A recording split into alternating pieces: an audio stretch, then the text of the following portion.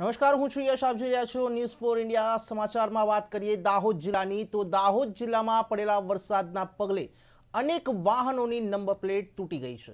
ત્યારે દાહોદ ચિત્તોડગઢને જોડતા હાઈવે ઉપર મળી આવેલી છે અનેક વાહનોની નંબર પ્લેટ. ત્યારે લીમડી દેપાડા ગામ આગળ ભારે પડેલ વરસાદના કારણે અને પાણી ભરાઈ જતા અનેક વાહનોની નંબર પ્લેટો તૂટી ગઈ છે. ત્યારે દ્રશ્યમાં જે રીતે જોઈ શકાય છે, નંબર પ્લેટો અત્યારે હાલમાં તૂટેલી હાલતમાં નજરે પડી રહી છે.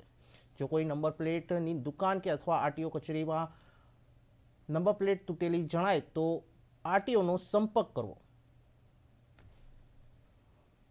સમાચારમાં આગળ વાત કરીએ ભરૂચ જિલ્લાની, તો ભરૂચમાં અને અંકલેશ્વરમાં પૂરના પાણી ઓસરી રહ્યા છે. ત્યારે જિલ્લા વહીવટી સફાઈ અભિયાન અને આરોગ્ય સેવાઓ ઉપલબ્ધ કરવામાં જોતરાયા છે. ત્યારે જિલ્લા તરફથી ફૂડ પેકેટ વિતરણમાં જાતે કલેક્ટર મેદાને ઉતર્યા છે. સુરત, નવસારી અને અન્ય જિલ્લાની સફાઈ ટીમો ભરૂચમાં પહોંચી ગઈ છે. ત્યારે 400 જેટલા સફાઈ કર્મીઓએ સફાઈ અભિયાન શરૂ કર્યો છે. સમાચારમાં વાત કરીએ ભરૂચની, તો ભરૂચ શહેરમાં આજે ભરૂચ નગરપાલિકા દ્વારા સ્વચ્છતા અભિયાન પૂરજોશમાં ચાલ્યું છે. નર્મદા મૈયાનું પાણી ઉતરતાની સાથે જ ભરૂચ નગરપાલિકા દ્વારા અલગ અલગ ટીમ કરી અલગ અલગ મહોલ્લાઓમાં સફાઈ કામગીરી ચાલુ કરી દીધી છે. તો ગુજરાતમાં જે રીતે અન્ય જિલ્લાઓમાં વરસાદ ભારે રહ્યો છે, ત્યારે તેને લઈને ગંદકીને લઈને અત્યારે હાલમાં સફાઈ અભિયાન નગરપાલિકા દ્વારા ચાલ્યું છે. વોર્ડ નંબર 8માં પટેલ પ્રવીણ કાઉન્સિલર હતો ને નર્મદા નદીના પૂર જે આવ્યા હતા એ પૂરનું પાણી અમારા નીચલા વિસ્તારમાં ઘરે ઘરે હતા.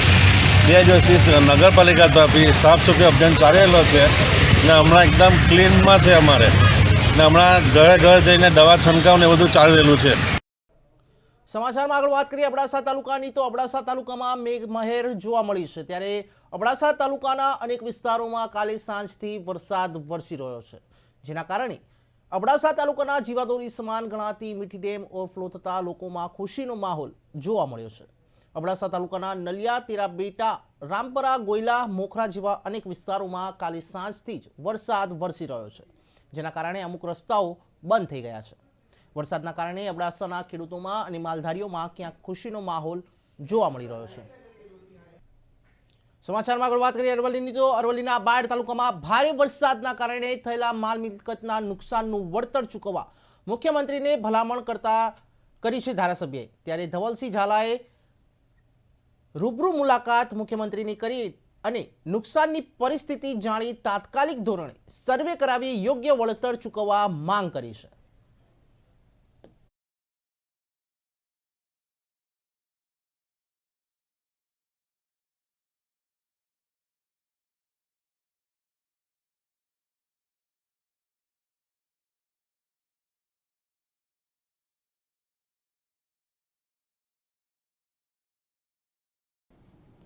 સમાચારમાં આગળ વાત કરીએ વડગામની, તો વડગામ તાલુકાના જીવાદોરી સમાન ગણાતા મુક્તેશ્વર ડેમમાં નવા નીર આવતા ડેમની સપાટીમાં વધારો જોવા મળ્યો છે. ત્યારે જો વાત કરીએ મુક્તેશ્વર ડેમની, તો દાંતા અને અંબાજી વગેરે જેવા ઉપરવાસમાં ભારે એવો વરસાદ વરસતા અર્જુની નદી જીવંત બની છે.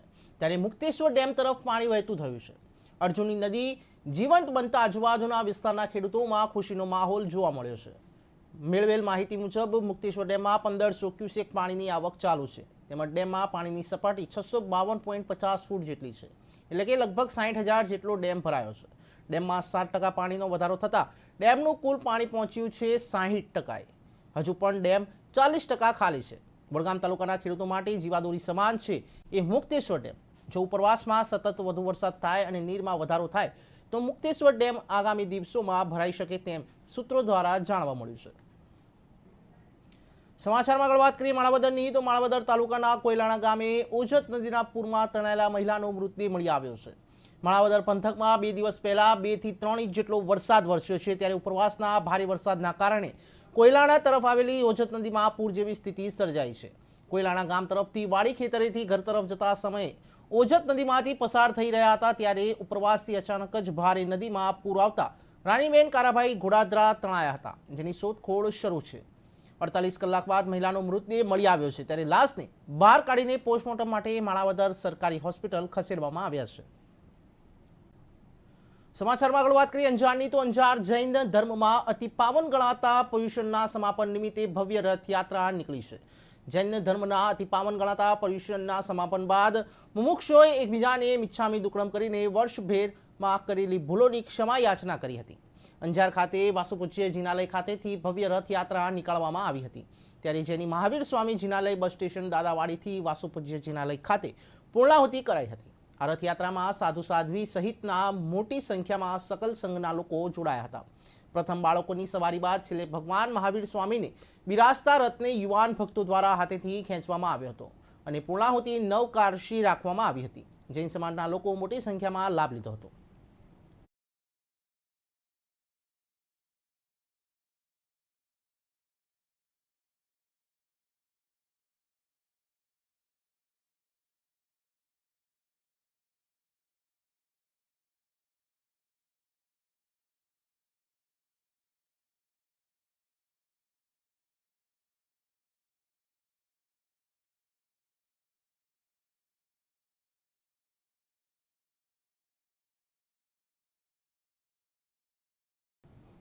સમાચારમાં આગળ વાત કરીએ સાબરકાંઠા જિલ્લાની તો સાબરકાંઠાના પ્રાંતિજના સદોલિયા પાસે પસાર થતી સાબરમતી નદીમાં પાણીની આવકમાં વધારો જોવા મળ્યો છે.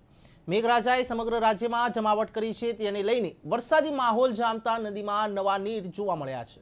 ઉપરવાસમાં ભારે વરસાદને લઈને ધરોઈ ડેમમાં પાણીની આવકમાં વધારો થતા ધરોઈ ડેમના 4 ગેટ ખોલી સાબરમતી નદી પાણીમાં છોડવામાં આવ્યું છે. ત્યારે સાબરકાંઠા જિલ્લાના પ્રાંતિજના સાદોલિયા પાસે પસાર થતી સાબરમતી નદીમાં પાણીની આવકમાં વધારો જોવા મળ્યો છે, જેને લઈને સાદોલિયા બ્રિજ પર પાણીને જોવા લોકોના ટોળે ટોળા ઉમટી પડ્યા છે.